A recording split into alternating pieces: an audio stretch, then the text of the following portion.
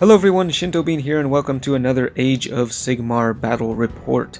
This is the second one I've done, and again we are chronicling the exploits of this Seraphon army of mine.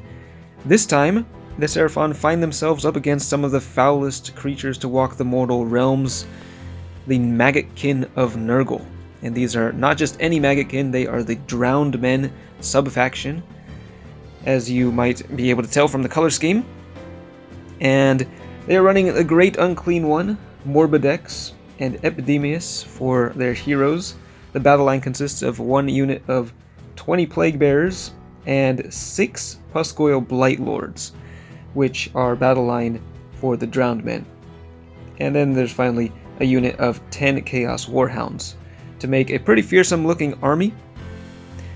Now this is the first time I've faced Maggotkin on the tabletop, and reading through the rules, they do look very resilient, very difficult to take down, very tough, and also the spreading of diseases enables them to deal a lot of damage over time.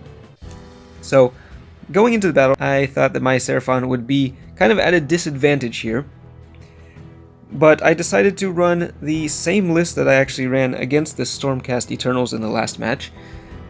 Once again, running Croak with his support heroes. Got the Oracle on Troglodyte, the Astrolith Bear, Skink Star Priest, an Engine of the Gods.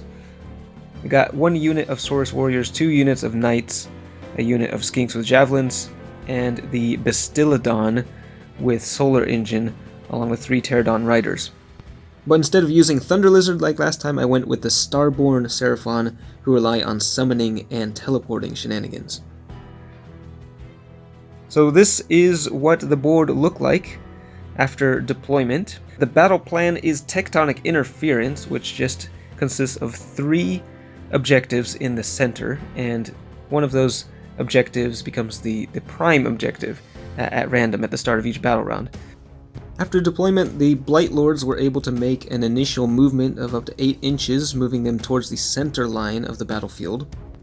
The Maggotkin then proceeded to take the first turn as they had finished deploying first, and advanced at a ferocious pace. The Blight Lords in particular, due to that extra movement, were able to easily get within charging distance after their next movement, which was very bad news for the front line of the Seraphon. 4 of the Blight Lords charged into the Bastillodon and were able to deal quite a few impact hits, doing mortal wounds, taking its 1+ save down to a 4+ save. And then 2 of those Blight Lords were able to finish it off in the combat phase. The Bastillodon did unleash hell, firing off its solar engine and dealing a little bit of damage. There was also a monstrous rampage, and it stomped on one of the Blight Lords, but it wasn't enough to take him down, as they do have 8 wounds apiece. And so that Bastillodon did not stand much of a chance, and it was taken down before it could really do anything on that first turn.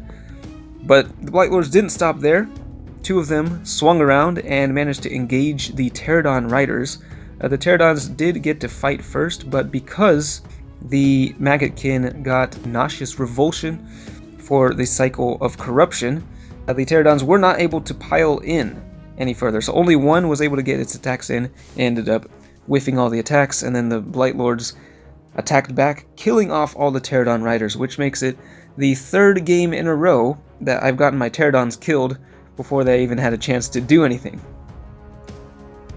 Then finally, the other 2 Blight Lords swung in the opposite direction, flying towards the Saurus Warriors and going right into the midst of the bulk of the Seraphon army here.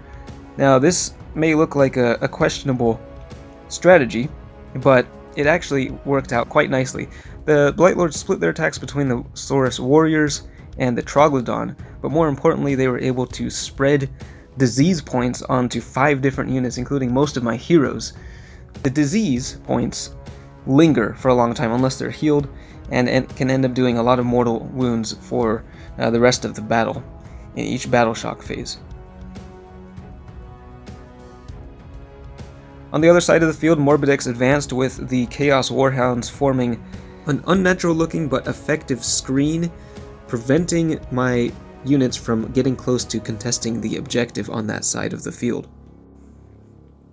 The Saurus Knights were happy to charge into those Warhounds, and charge they did, easily clearing out most of the Warhounds in a single combat phase. This is a view of the battlefield towards the end of the first round. Lord Croak, of course, did what he does best, casting lots of damage-dealing spells, doing mortal wounds through Celestial Deliverance and Comet's Call. The Troglodon is pretty weak in combat, so it didn't do a whole lot. It actually sustained quite a bit of damage and also failed to regenerate. The Engine of the Gods also fired off a few mortal wounds and then came in to assist in combat against the Blight Lords. But most of the damage was done through the spells, which meant that the Seraphon were unable to spend much time doing celestial conjurations to gain summoning points to summon units for later on in the battle. But on the following round, there were some pretty questionable plays from the Seraphon, including a unit of knights charging into Morbidex, attempting to try to contest that objective, but failing pretty miserably. They only did a couple damage, and Morbidex is extremely durable, able to heal half of the wounds he suffers, so you really need to pile lots of damage into him to take him down, which one unit of knights is nowhere near capable of. Morbidex fought back, devouring most of those knights in one turn, and he went on to kill off the second group of knights as well. Meanwhile, on the other side of the field, a unit of skinks was teleported onto one of the objectives to claim that one, accomplishing the battle tactic for the turn. However, they then made a blundering charge, attempting to take down one of the remaining Blight Lords, and failed to do any damage to it. The Blight Lord, in response, turned around and killed off 9 of those skinks. And then the final one was then devoured by a Beast of Nurgle, which was newly summoned to the battlefield, coming in from behind. Meanwhile, the Great Unclean One and Plague Bears were slowly shambling their way across the battlefield, but were still too far away to actually engage anything. By the end of the second round, this is about what the battlefield was looking like. With the oncoming tide of Plague Bears, the Saurus warriors redeployed backwards, but then the Plague Bears were actually able to make that long charge straight into the Saurus, and they piled in, getting a lot of attacks in and dealing a lot of damage, once again spreading those disease points and killing off many of the Saurus warriors, and actually even managing to kill the Astrolith Bearer, which is pretty significant. Now that support hero was very key in preventing damage from mortal wounds and regular wounds, as well as buffing my spellcasters. But the Plague Bears did charge right into the middle of Lord Croak and the Engine of the Gods, as well as the Troglodon, so they took quite a bit of damage from spells and combat alike, bringing the unit from 20 down to 2 units in pretty short order. Plague Bears are pretty durable, but there was just a lot of damage coming at them there. The Oracle on Troglodon actually also had Tide of Serpents for its spell, which it cast 3 times on the Plague Bears. The first time it actually failed to cast, but the second and third time it connected and dealt quite a few mortal wounds as well. So at this point, a lot of the battle line units have been cleared out, and there are just a couple big units remaining on the field. It may look like it's a pretty even match, but you have to take into account the fact that the Great Unclean One and Morbidex are still at max wounds. Meanwhile, the Engine of the Gods and Troglodon have suffered severe damage. In fact, they're barely clinging on to life at this point. The healing just didn't really work out for them.